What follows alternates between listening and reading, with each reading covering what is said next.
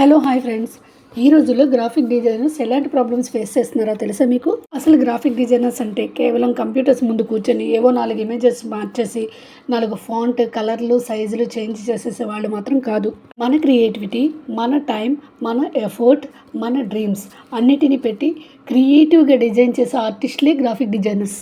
కానీ మనకొచ్చే ప్రాబ్లమ్స్ ఎవ్వరికీ తెలియవు. కొంతమంది వర్క్ చేంజ్ చేసుకుంటారు, అంటే డిజైన్ చేంజ్ చేసుకుంటారు, కానీ అమౌంట్ ఇవ్వరు. డిజైన్ అంతా అయిపోయిన తర్వాత వాళ్ళ బిజినెస్కి యూజ్ చేసేసుకున్న తర్వాత మనం అడిగితే ఇది బాగాలేదు అని తక్కువగా చేసి మాట్లాడతారు. మనం ఒక డిజైన్కి కొంత ప్రైస్ చెప్పగానే వారు బార్గెనింగ్ చేయడం మొదలు పెడతారు. కష్టాన్ని మాత్రం గుర్తించరు. వారు డిజైన్స్ రిసీవ్ చేసుకున్న తర్వాత కనీసం ఒక స్మాల్ కాంప్లిమెంట్ కూడా ఇవ్వరు కొంతమంది. అంతేకాదు కొంతమంది clients service or design order ఇచ్చినప్పుడు వారి రిక్వైర్మెంట్స్ కరెక్ట్ గా చెప్పరు. లాస్ట్ మినిట్ లో డిజైన్స్ లో చేంజెస్ అడుగుతారు.